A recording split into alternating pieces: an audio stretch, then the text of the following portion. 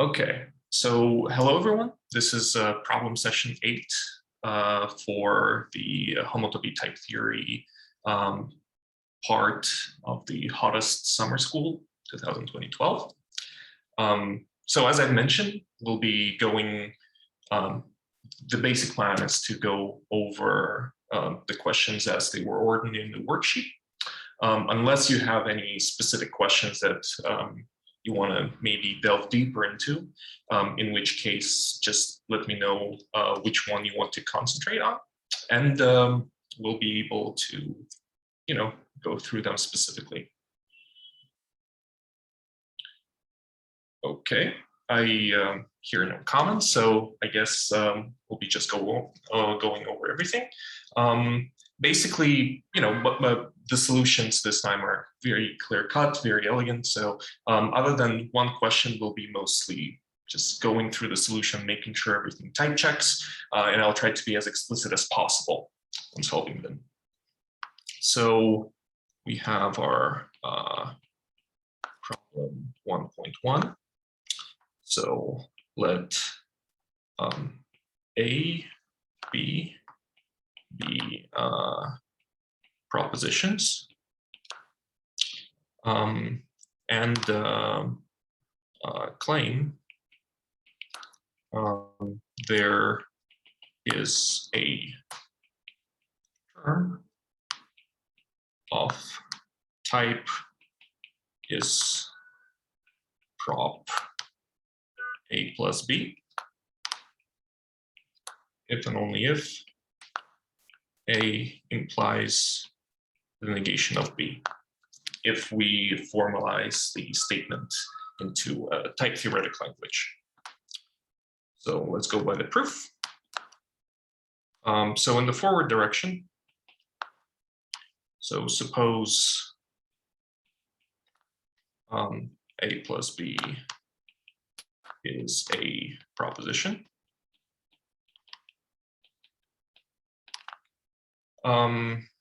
And now fix variables A of type A and B of type B. We need a term of the empty type by our definition of the negation. So, this is pretty straightforward. So apply in left and in right to A and B appropriately. So what this is that we get inland A and term in right B, which are situated inside our type A plus B. And moreover, by instantiating the fact that A plus B is a proposition, we get an equality between them. So get as A plus B is a proposition. Yet, by usual coding, this gets us a term of the empty type.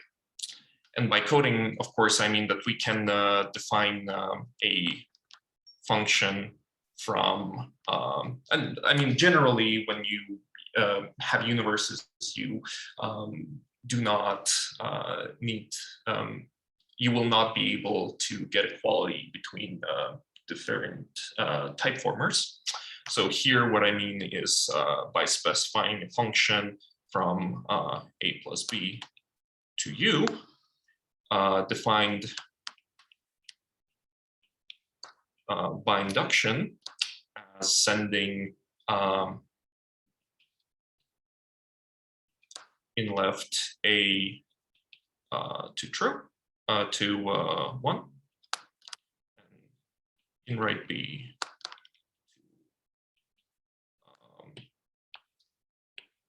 the empty type.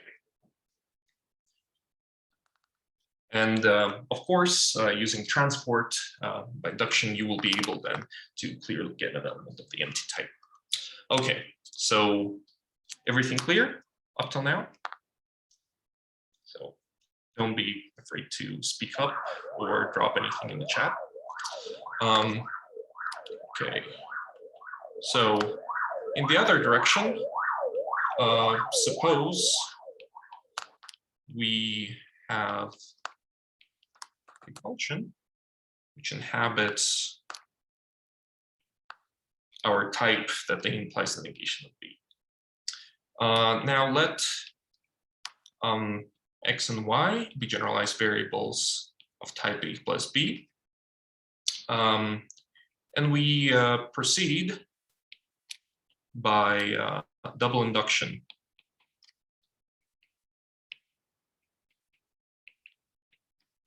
On x and y. So basically we have 4 cases to consider. First, we need to show that there is something inhabiting the equality left A1 and then left A2. So let's say that the induction follows. So as let me write it in a better way. So first case is that we have in left A1 and in left A2. This is our first inductive case for A1, A2, and A. So we have an equality between them as A is a proposition. Okay.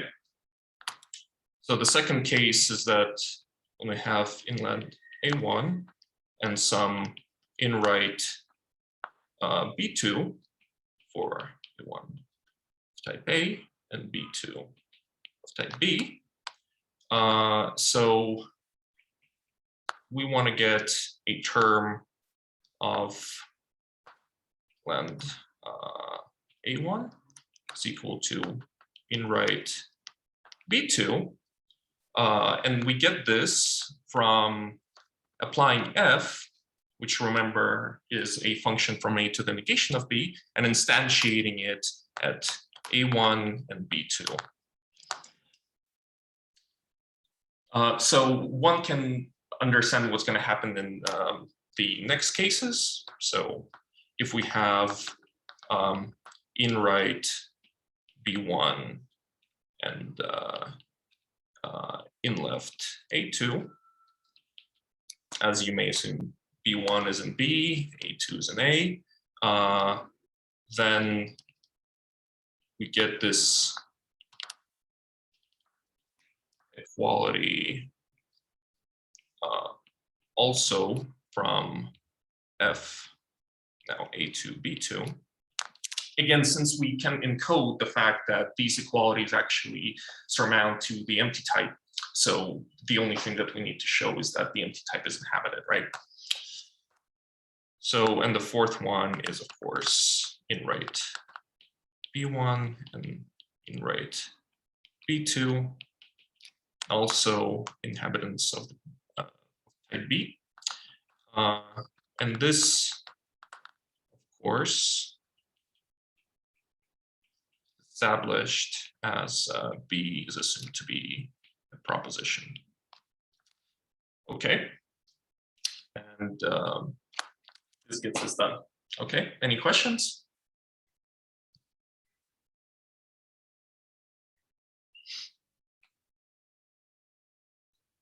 All right, so let's move on to problem 1.2. So let K be variable of T, where T is, remember, it's a type that encodes numbering of our truncation levels, which goes from -2 up. So then A, B, B, K plus 2 types.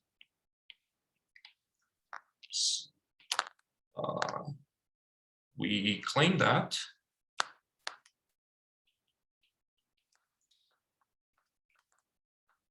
coproducts, the property of being a K plus 2 type is invariant under coproducts. So we claim that A plus B is a K plus 2 type. Okay, so proof. Fix generalized X and Y in A plus B. We want to find, by definition of what it means to be truncated, a term of is trunc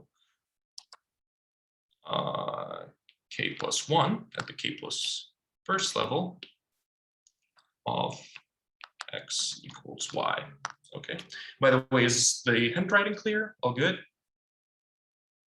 In case it should be larger or smaller, just let me know. Okay. All right. Okay. So by double induction on X and Y, suffices to consider what? So the first case is truncated K plus 1 in left A1 equals length A2 for A1, A2 in type A. Oh, wait, I see something. Okay, nice. Thank you for the feedback, by the way. Okay, so for these terms, okay, we know from class that there is an equivalence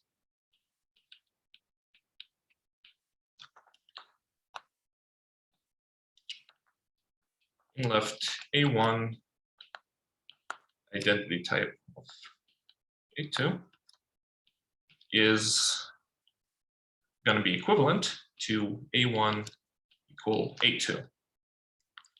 As truncation, let me say it in a better way, as the property of being K plus 1 truncated is invariant under equivalence, which means, right, that if you have two equivalent types and you're saying that one of them is truncated, then so is the other. Suffices to show that we have a term of is truncated K plus 1, A1 equal A2, which is clear from the hypothesis, which is clear as, in particular, A is a K plus 2 type. Okay.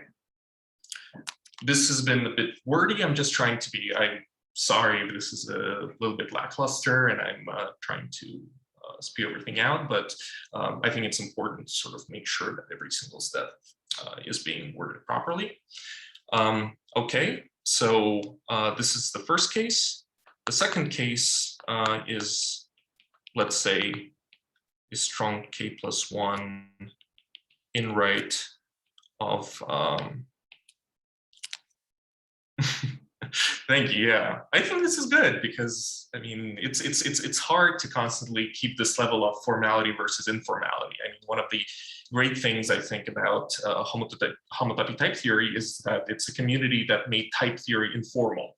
So that like if you look at the Egbert's book, if you look at the original HoTT book, a lot of the arguments are being done very informally, which is great, but you also always want to have an idea how to properly translate this informality into formal statements. That's a sort of a dichotomy that constantly needs to be going in.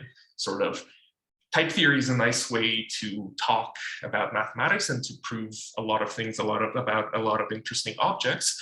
However, it's also supposed to be this foundation where you can encode everything. Oh yeah, okay, that's good. Yeah.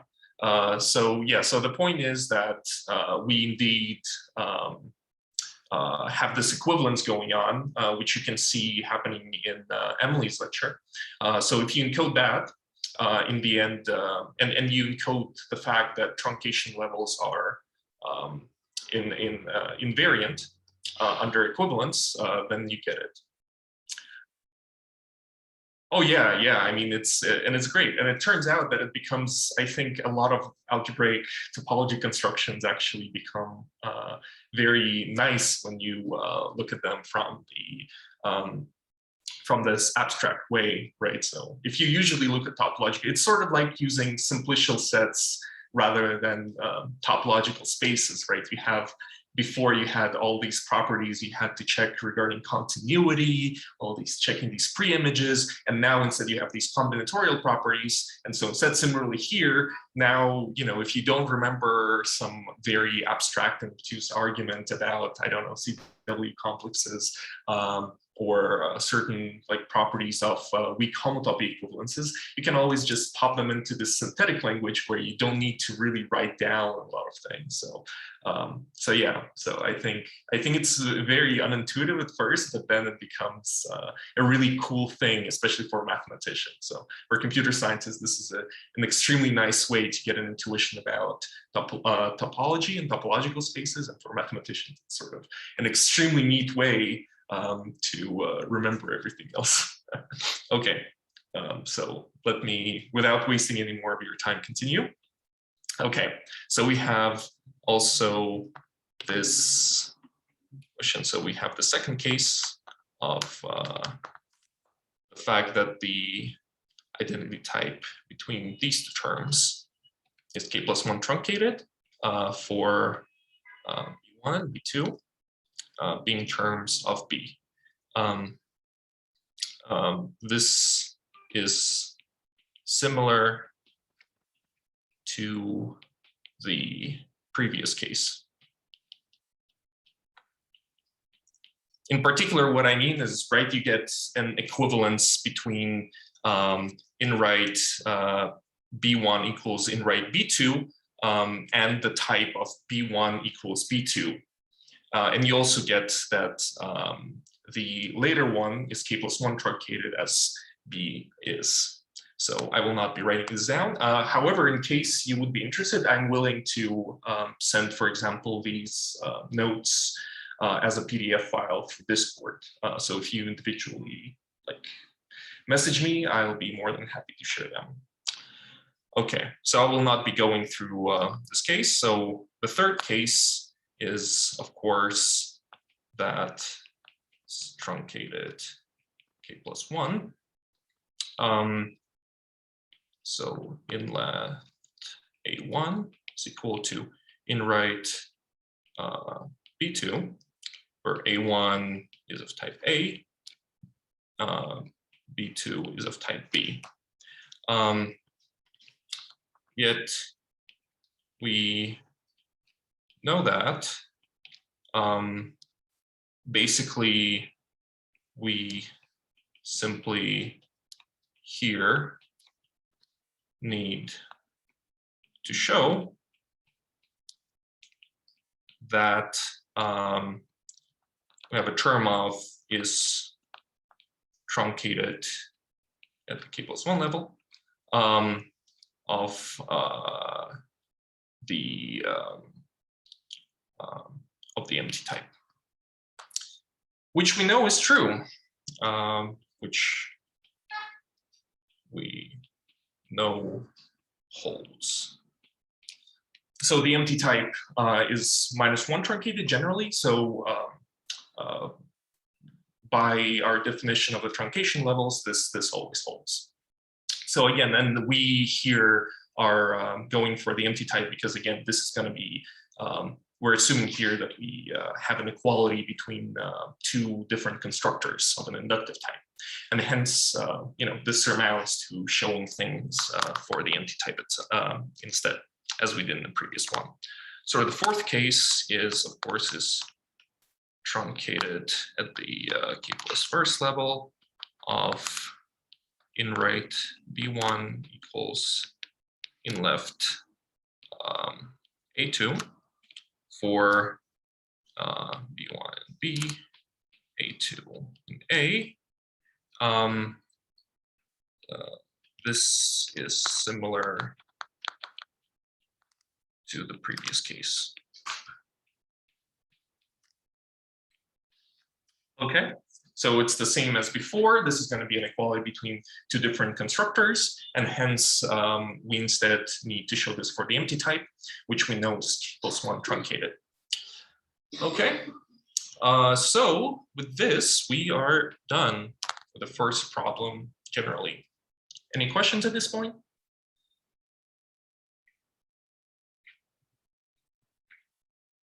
Okay, then I'll move to problem number 2. So what's problem 2? So let's then or equals from A to some universe be a partial order for type A universe U. Okay. We claim that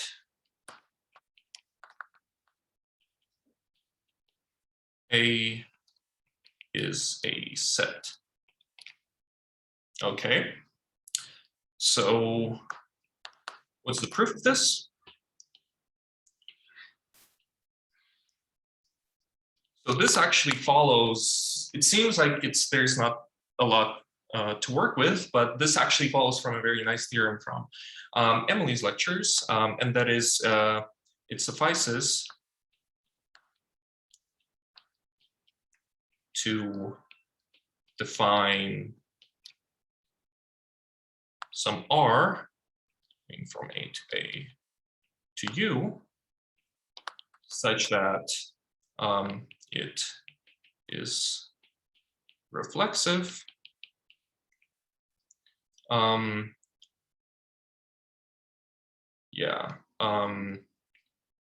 R xy is a proposition, and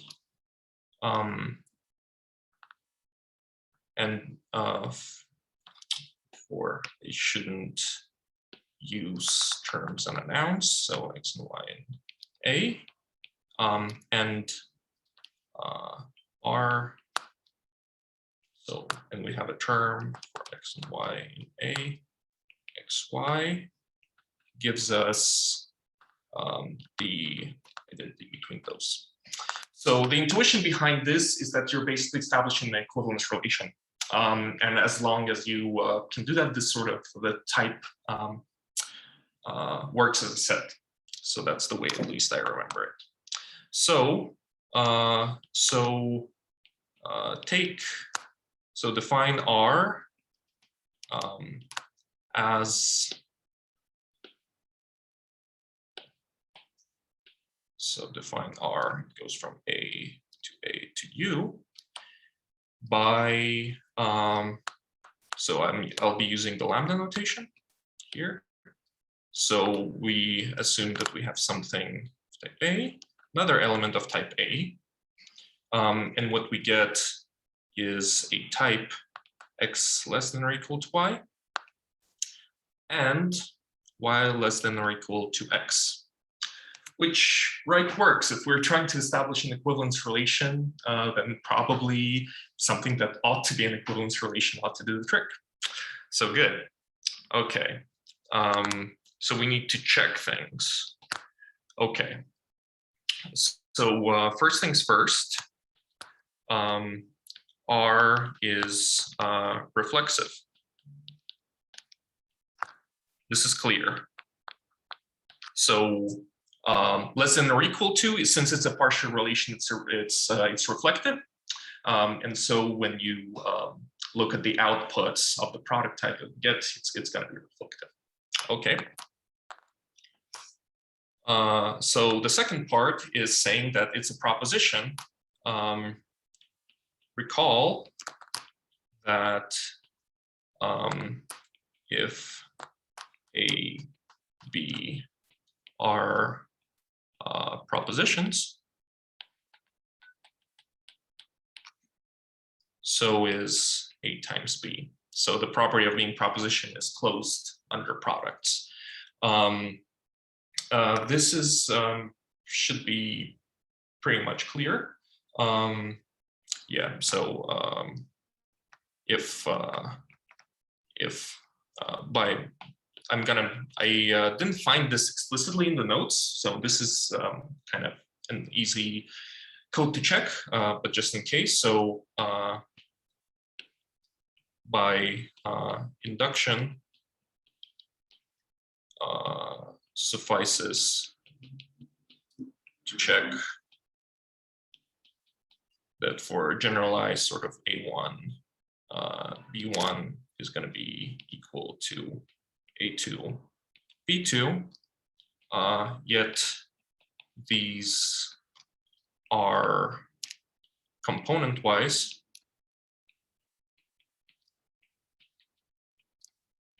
equal as A, B are propositions. So they are equal as terms of the product type.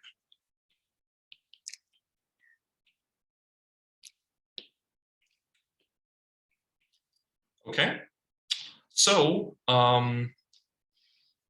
Rxy is a proposition, being a product of two propositions. Because again, I mean, since it's a partial order, we assume that this less than or equal relation is actually a proposition when supplied with appropriate arguments for x, y, and a. Okay, good. And the last thing to check is, of course, that it actually gives us, when we apply some arbitrary arguments x and y, the identity element. So yeah, so basically that's how we define it. If you say something is a partial order, then you want basically yes or no answer whether something is or is not equal. So that's sort of, without that, right, you will not be able to actually get our definition. So of course, this is different from just defining less than or equal the way you do in natural numbers, right? The way you do it in natural numbers is you do it explicitly, and it's a theorem that this our classical less than or equal is actually a proposition, just similarly to how it's a theorem that natural numbers are actually a set in type theory. However, when you say that you define what a partial order is in type theory, you want to say that actually when supplied with its two arguments, the relation actually gives you a proposition. So that's sort of the argument we're actually asking for. Okay. So yeah. So what's the last one? Yeah. So it's fix x and y in A, then clearly Rxy implies identity, again, by as this is a partial order, i.e. anti-symmetric. So by definition, we're given that if x is less than or equal to y, I'm going to be writing here sort of informally, just like using the usual logical notation, but just to make sure. So we have that. Well, okay, let me write a type theoretically. It doesn't really matter. But so if we have both of these, then it gives us that x is equal to y. Okay. Now I'd rather write it logically, so to make sure that we're not just restating what we're trying to prove, but I'm actually trying to make some sort of a point. This is what it means to be a partial order. Okay, good. So with that, we are done with the second problem. So A is indeed a set. So this is really nice because before you're trying to say that you need some sort of an equivalence relation to say that A is a set, and now you just need to find some partial order instead.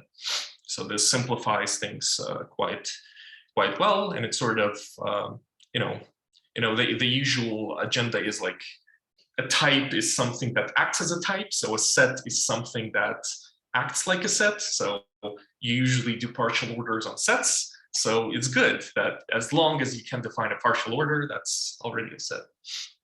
Okay. So now let's go to problem 3.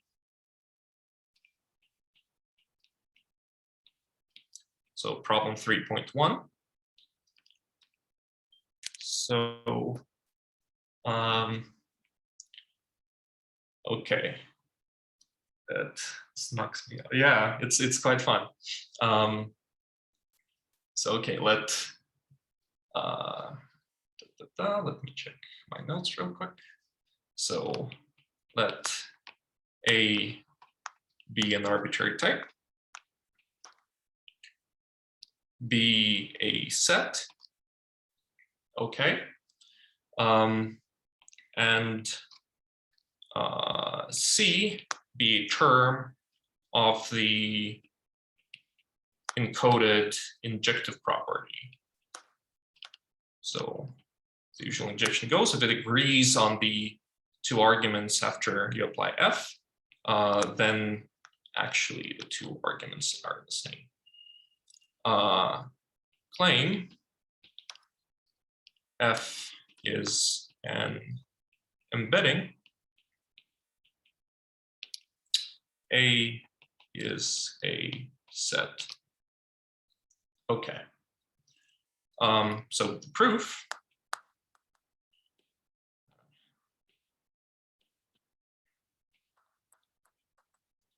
follows like this. We want to show that, as usual, by the definition of embedding, that the application of F, X and Y, is an equivalence for X, Y in A, right? So that's the definition of being an embedding. Sort of you're not changing the equality structure of your types, you're sort of just putting them into a larger type, so to speak. And so, okay, so what do we have here? Well, you need to recall here problem 5.5 from previous worksheet.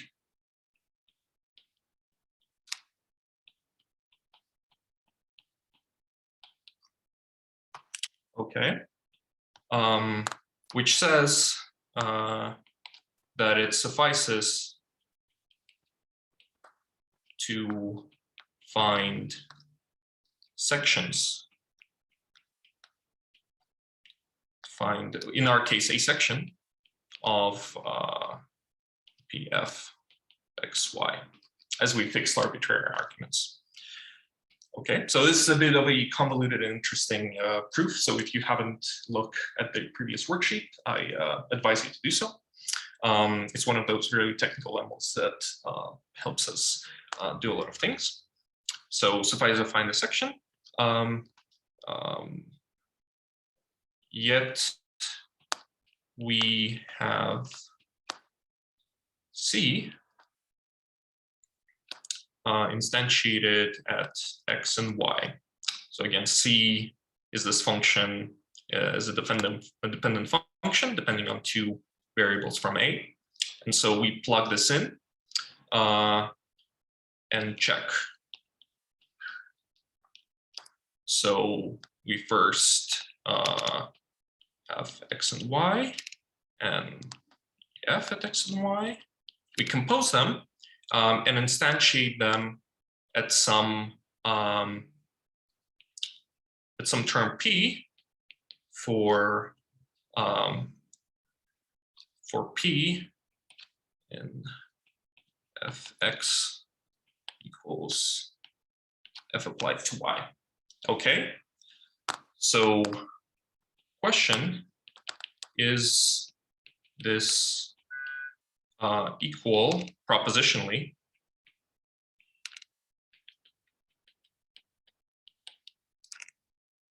to P? So again, to establish a section, we need some sort of equality, and we assume functional extensionality. So we need to do that pointwise.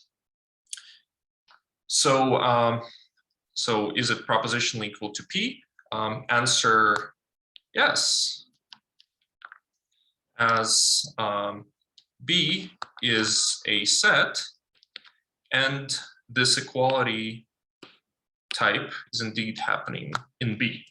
So indeed, we have an equality of all of the equality terms. Okay, so with this, so Cxy is a section. So the application of f at x and y is an equivalence. Okay, great. And the final point is, of course, showing that A is a set. Moreover,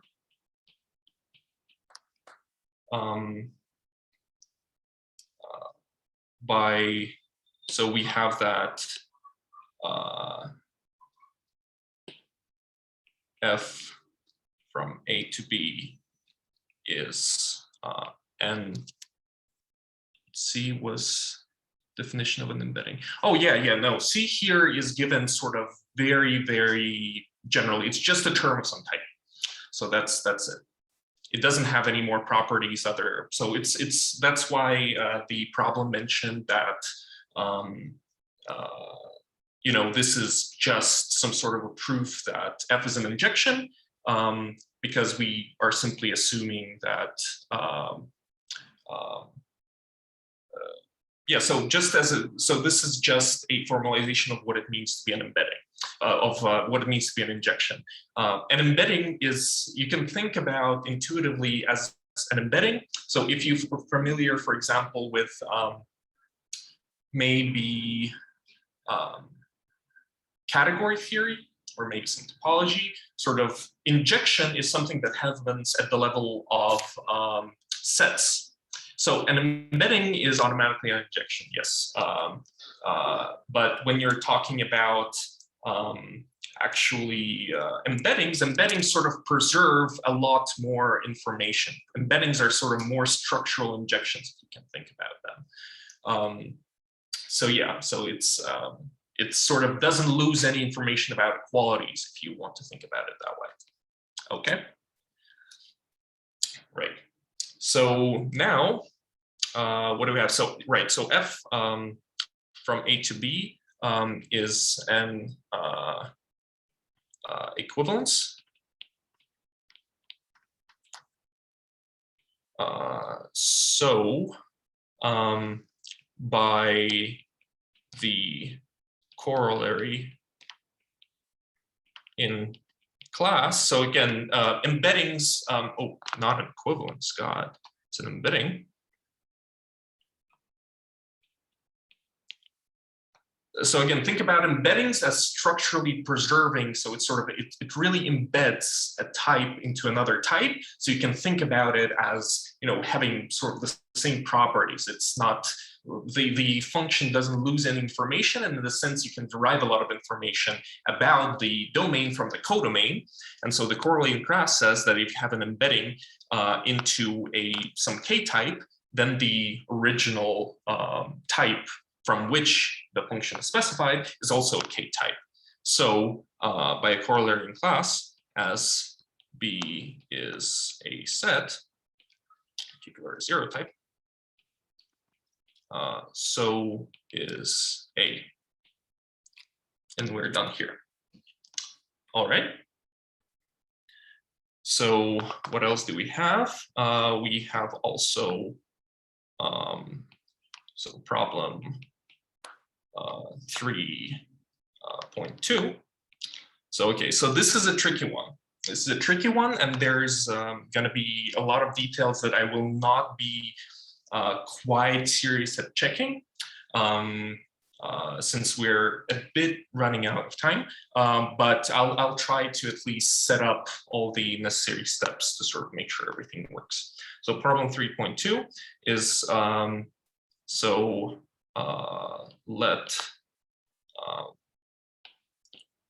let's fix M in natural numbers.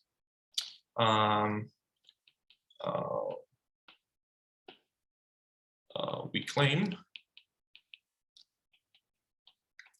that the function that goes from n to m plus n, from natural numbers to natural numbers, where addition is defined by induction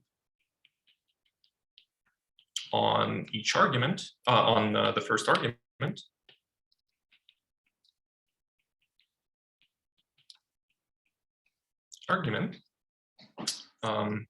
Is an embedding. Moreover, show that m less than or equal to n is equivalent to this total space n plus k is equal to n. Right.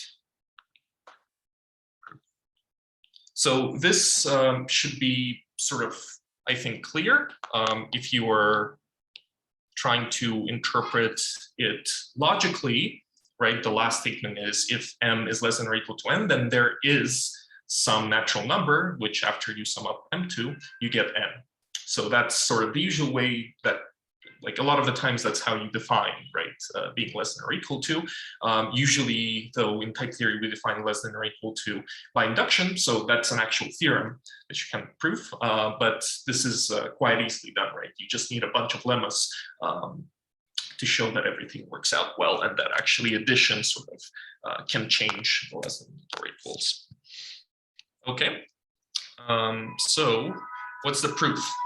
Okay, so here, we proceed by induction on M, which we fixed beforehand. Okay. So base case is when M is definitionally equal to 0. Then we consider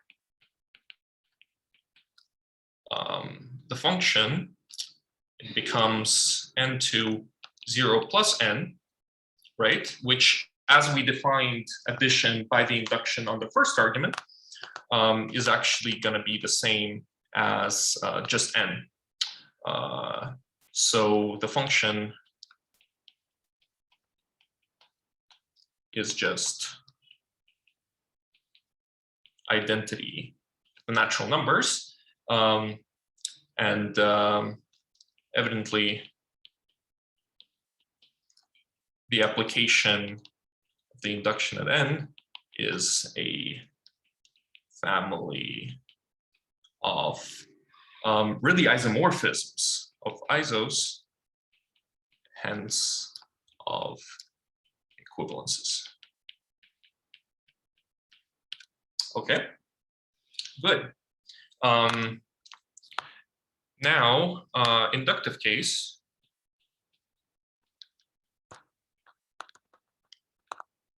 Fix some x and y in the natural numbers. Here we'll be drawing a bit of a large diagram. So, okay, so what we need, so we assume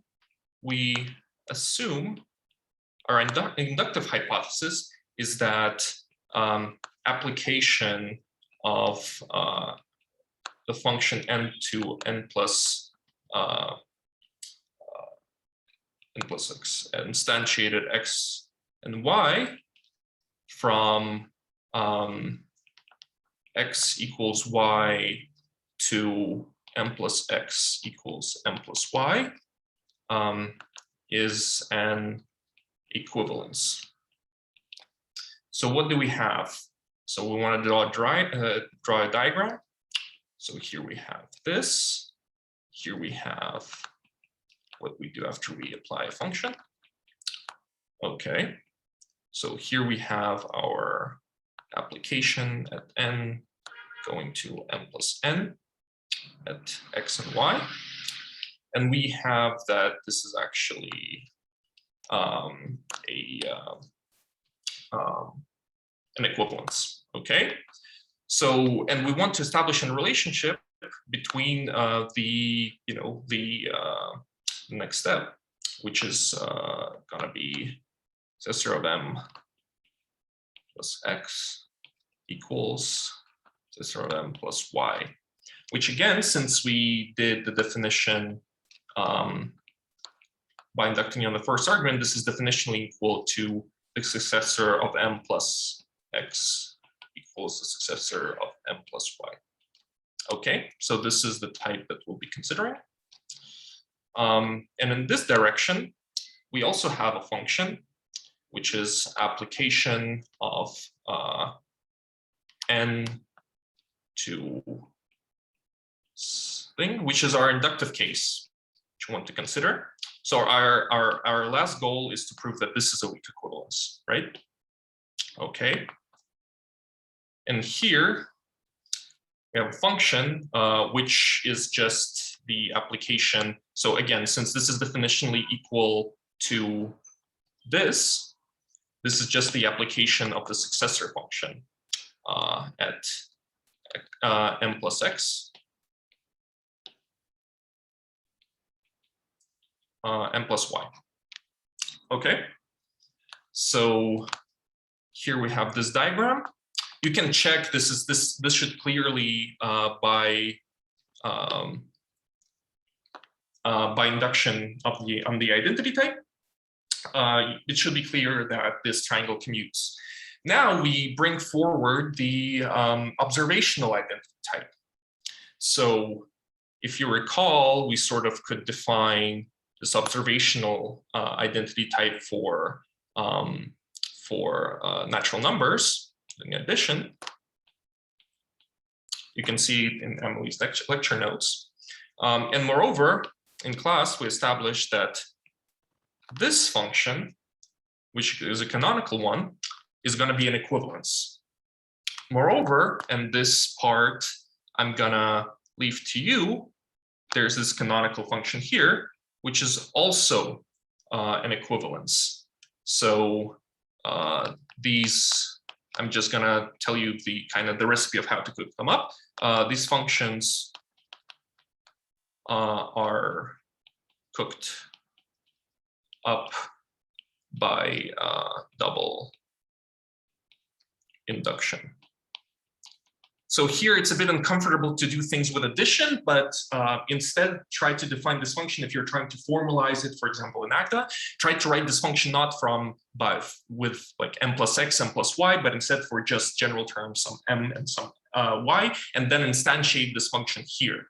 And so remember that, for example, we have that equality of n. And let me use some different symbols like T1 and T2 so that we won't get confused, so that the successor of T1 and the successor of T2 is going to be defined as equality of n of T1 and T2. So exactly how we want to define this observational equality. And this is what sort of gives us an equivalence going on here. All right, so now we apply 2 out of 3. So if you recall, the 2 out of 3 property for equivalences means that if you have a commuting triangle of functions and 2 of them, any 2 of them are equivalences, then so this is the third. So we have this top triangle here, as the sides are equivalences. Then so is the application of the successor at this addition. And moreover, we now have this bottom triangle where 2 of its sides are also equivalences, and so is the third one. So I'm going to mark that whatever I wrote in blue is gotten by 2 out of 3. All right. And this grants us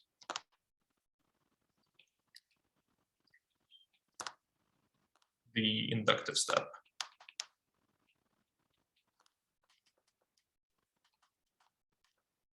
So again, our point was that we needed to prove that this function is a weak equivalence, and so we have indeed done it. All right. Good. So now, so what's our final point? Our final point is that we want to show, so we wanted first to show that the function is an embedding. We did that. We instantiated 2 arguments and then showed that we have an equivalence, that we have a family of equivalences via the application function. And now the last point is to show that we have this equivalence of less than or equal to, and this existence claim. So now, so remember what I talked about when we mentioned less than or equal to, like partial orders being something that relates to being a proposition. We want to have like a yes or no answer with regards to whether something is less than or equal to something. So now you can prove that less than or equal to mn is a proposition by doing it generally and by double induction. This is something that I'm going to black box, but something that I'm sure that you can fill in yourself. Moreover, what is really this existence claim, m plus k is equal to n? Well, this is the same definitionally as the fiber, right? As the fiber of the function j to m plus j. Here we're just, changing variables just to make sure we're not repeating something at n. Okay. So as this function j at m plus j is an equivalence, its fibers are propositions.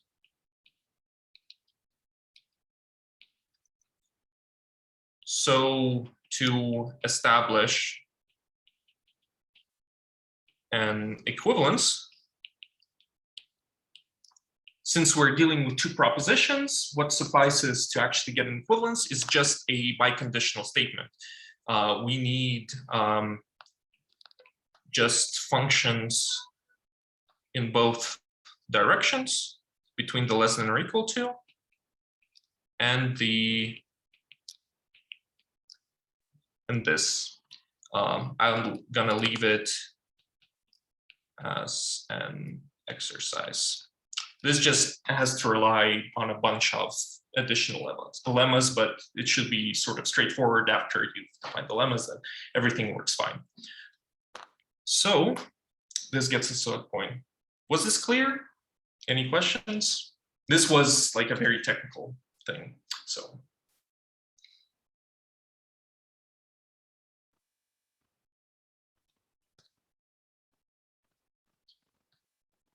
All good? Okay, all right. So then we have the fourth problem. So problem 4. Let A, B be types. We want to show that we have a biconditional going on. So contractibility is the property of being contractible is stable under products. So is contra A times is contractible B bijection with is contractible A times B. Okay. Moreover, since being contractible is actually a property, this establishes an equivalence. Okay. So what's the proof? Okay, so I'm not gonna, there's the one that is being given by the worksheet itself. It's very sort of clear.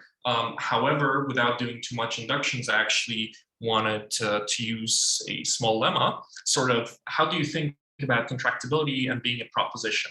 Sort of the only thing that differs between the two is the fact that contractible spaces actually have some points that it contracts around, and propositions are sort of, they're either contractible or they're the empty space. So what really is defining between the -2 and the -1 level is the actual term that you can find of the appropriate types.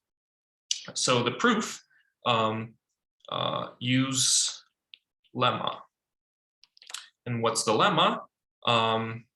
If P is a proposition and it's inhabited, then P is equivalent to unit. So proof of lemma is sort of straightforward, right? So you get a function P(1) by it being constant here, and you have the constant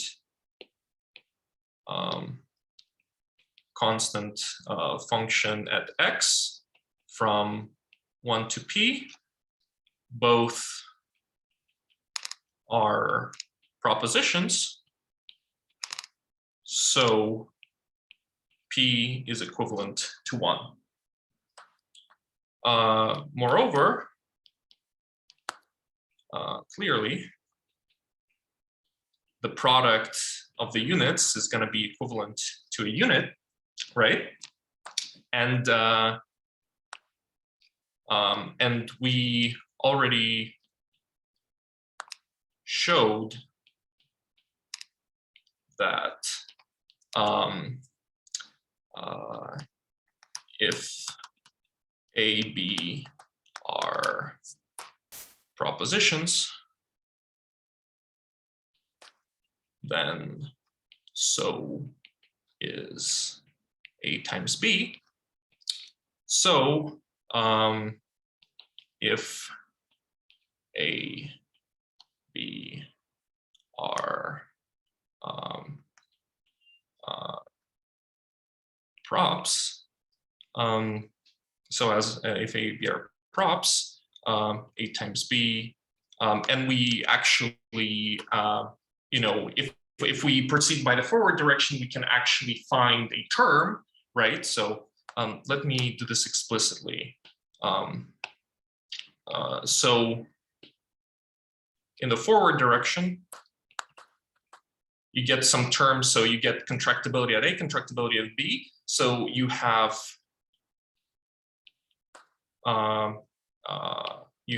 in your context already some X of type A and Y of type B. So you can form the pair X and Y in A times B, and A times B is a prop. So we are done. Sorry, contractibility as uniqueness means that you're basically just trying to establish an equivalence with the unit type. And this is exactly what we're doing here, proposition. And in the backwards direction, of course, you have a pair of X and Y by induction, and hence their projections. Okay, and you can, you know, do some a bit of a cooking up, maybe using some embeddings, which I'm going to leave to you, that can sort of get your required result. Okay, so again, I'm not. This may not be like as straightforward of a proof as the one being done in the worksheet. Yet I think the one in the worksheet is pretty easy to follow and pretty easy to formalize.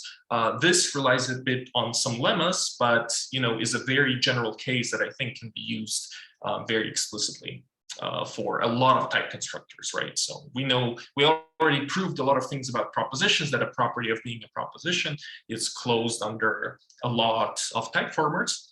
So instead, why not, use this sort of lemma to, instead of doing induction over and over again, instead just to apply these to a lot of our proofs about propositions before, now that we have some witnesses. So, okay, that's the only thing I wanted for. Is exercise 4 true if we replace contractible with proposition? Yeah, so that's what we did before, right? So the property of being a proposition is closed under, so maybe in the other direction, it may be different. Let me think about this. So if A and B is a proposition, yeah, I think that still holds. I mean, as everything with type theory, something that you might find very intuitive may not be, but I think that should hold true, right? So with, oh wait, let me think about this. So this is proposition, yeah. So both of those, so that's going to be true. Maybe for the backwards direction, I have oversimplified a bit, and there's going to be a little bit more going on. But one way or another, I wanted to showcase this lemma. But this is indeed going to be true if we're changing contractible by proposition. The only thing there you need to think about is you need to be careful of whether what you're going to be getting is the empty type or a unit. But both of those ought to be, or wait.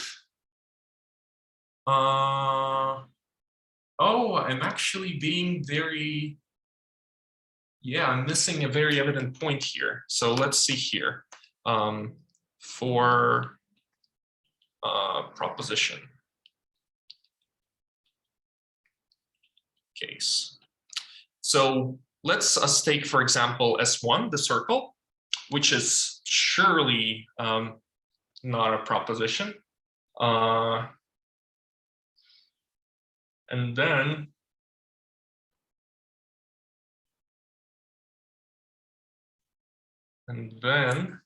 since it's a set, and then we take it with the, yeah. So timing anything with the empty type is going to give you the empty type. right? There's going to be no terms of that type. But S1 is not a prop. Okay. So yeah, so nice. So the problem with with contractibility is good because everything you're dealing with is essentially just the unit type. With proposition, it's a bit tricky because these empty types work not so well. It sort of destroys everything that you time it with. However, it may, I think, work. It should work with coproducts with addition. So try it out. Actually, it should be a fun exercise. Maybe that's already been done actually in some previous worksheets, but I'm not sure. Okay, so we're already way over time, but I'm sort of quickly, I guess, yeah, wanted to skim over problem 5.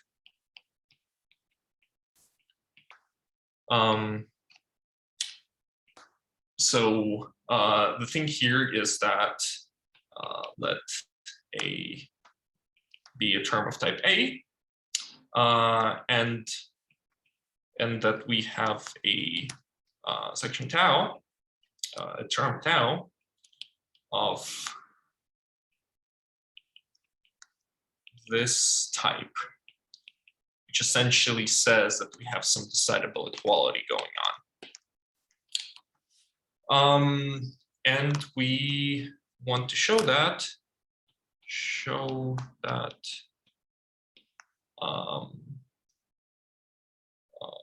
A equals X is a proposition for all X and A, and the constant embedding at A is an embedding. Oh, embedding. Okay, so this is not really an intuitive proof, as anything that has to do with decidability. It's pretty technical. We'll try just to define all the functions that are being given in the solution. The solution works perfectly, but we'll just make sure that everything type checks. So proof, I want to say the approach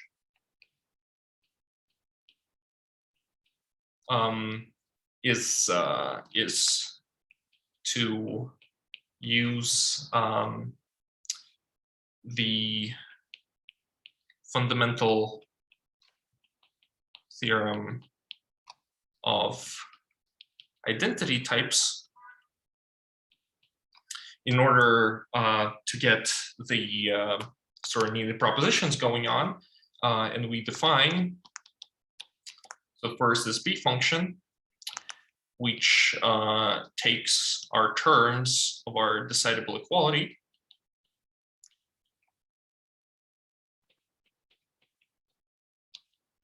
and gives us U at 0, well, just some universe. Okay, so we define it by induction. So we send at some X in A, let me write this down. So here, send X in A and some, so we have some element of the coproduct. So we induct it. So the first is going to be, so the first, let me write using lambda notation. So we assume X in A and assume in left of P of type equals X. And we send it to the unit. On the other hand, so we're sort of saying that we're encoding the fact that, oh, if we are actually getting that A is equals to X, then all good. If it's not equal to X, then we're done. In A, in right Q of A not equal to X, and the empty set. Okay, so that's the first. The second function is sort of auxiliary one, sort of just, it looks weird, but bear with me. So it's A equals to A, or A is not equal to A. And then we sigma in some element of A is equals to A. We inserted the product in Z, and it's going to be D. So, and we define this function by, again, using induction on D. So we have here, in the first case, inland P of A equals A.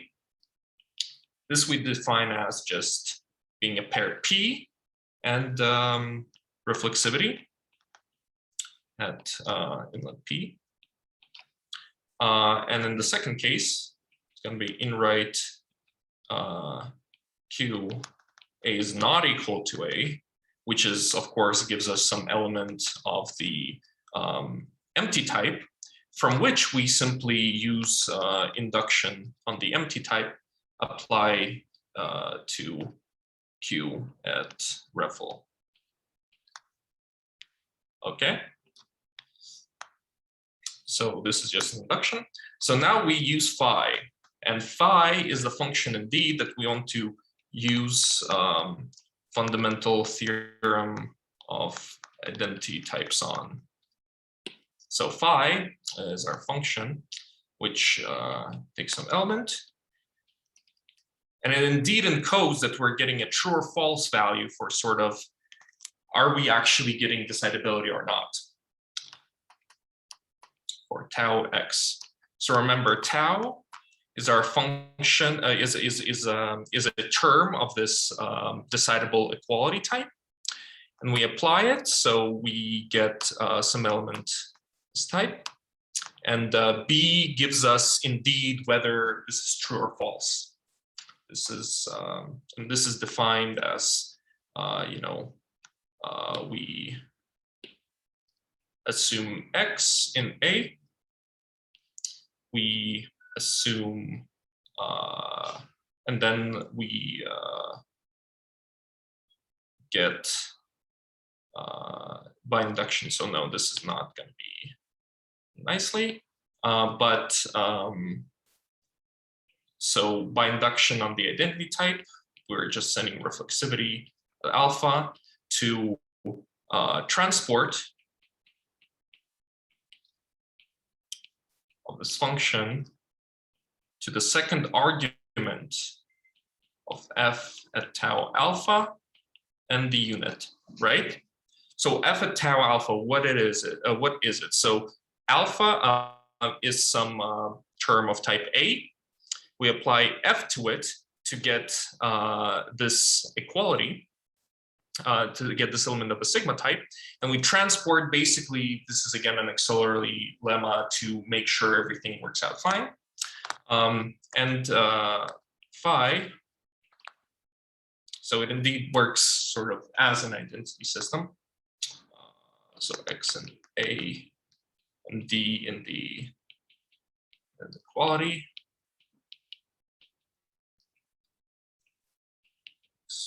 D to X.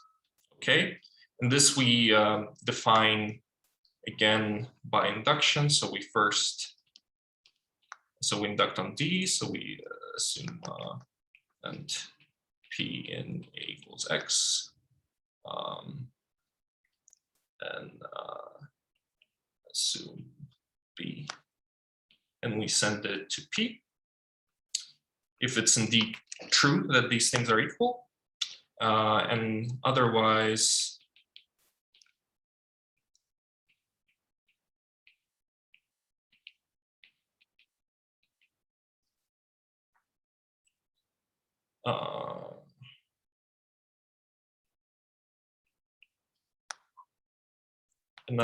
we simply induct on the empty type once again. Now, right. So we want to show. So what has to do with the fundamental theorem of identity types? That what you actually want to show is how it relates to the total space. So want to show that this sigma X at A be applied to x to tau x is contractible. So how to put this up? The first thing that you do is to find the center. So it has a term. Yeah, so it has a term. Let me check my notes just to make sure I'm not missing any information. Yeah, it has a term A and phi and alpha applied to reflexivity at alpha. Okay, this type checks. All right, so these are the same variables, so equality there should be working fine. And again, this is one exercise is better done in Agda rather than by hand. But again, so best we can do is to sort of make sure everything type checks, and after that, make sure that we're applying the theorem correctly. Okay, so after we're done with that, check for x in A and t in A equals x, or A not equal to x, B x and t is a proposition. Why?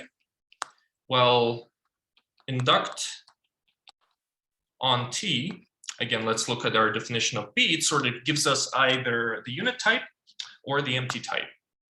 And hence, by induction of t, you get either the empty type or the unit type, which are props. Okay. Moreover, for any, after we induct on an element of this sigma type, which we're trying to establish is again contractible, right? So we found a term, and now we're trying to find this. Basically, we have just established, so we fixed x and t, and we have established that B instantiated at those elements is going to give us a proposition. So by the characterization of what identity is for sigma types, you only need to have an identity on the first entry, after which when you transport by the fact that these are propositions, you're going to get your identification. However, moreover, for this term, we have this function f psi at x and tau of x at B actually instantiates the type A equals x. So again, let's look at this phi function. It sort of gives you for needed element of x and the decidable equality, whatever you get me in this B function, which sort of encodes equality, it's going to give me an actual element of the equality. Because either you have that those two things are indeed equal, in which case, yes, you're going to get the term, or you're going to get that you're ending up in the empty type, in which case you're just inducting on it. So this indeed gives us our equality. So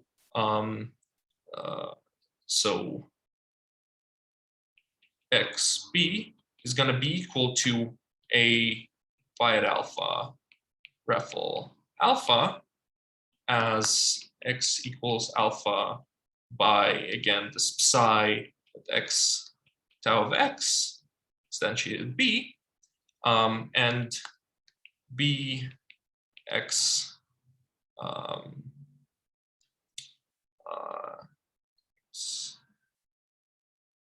t is a, well, let's look at B, is a proposition. So after transporting, you get your identification.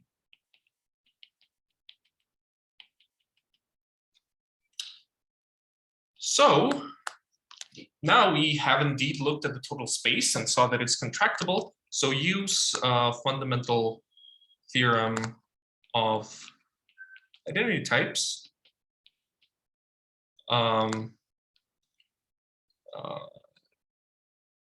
And this shows us that phi, which is, again, establishes this dependent family, right, of B related to x and tau of x.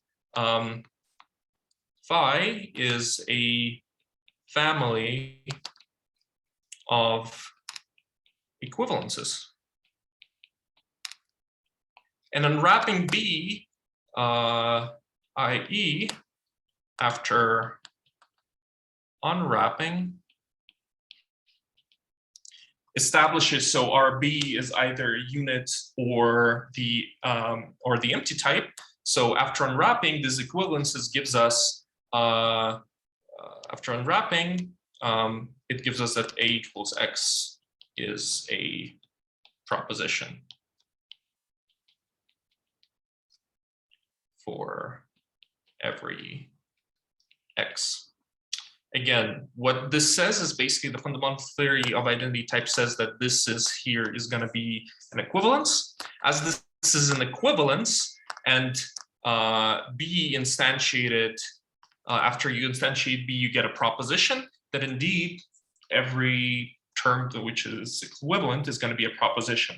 And this is exactly what we wanted to show. So in other words, what's so good about decidable equality? The best thing about decidable equality is that it's a yes or no answer. So this sort of internalizes the external logical sort of by the Curry-Howard interpretation.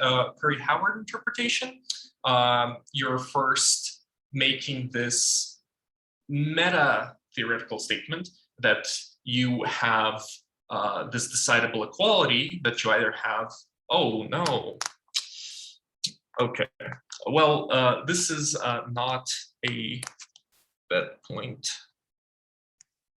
stop, I guess, but this is weird. Why did it stop sharing? Well, yeah, but more or less we have ended our session. Basically, what I wanted to say is, again, that at first, by the Curry-Howard interpretation, you're encoding what it means to have a decidable equality via this coproduct type.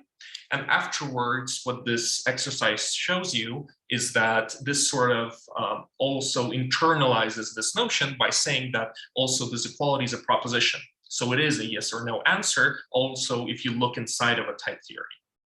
Okay, so there's also this question about the embedding. But there it's basically a one-line proof, so I'm sure you'll be able to look at it properly. Okay, I think here I'm gonna end my recording, and yeah, hopefully that was informative.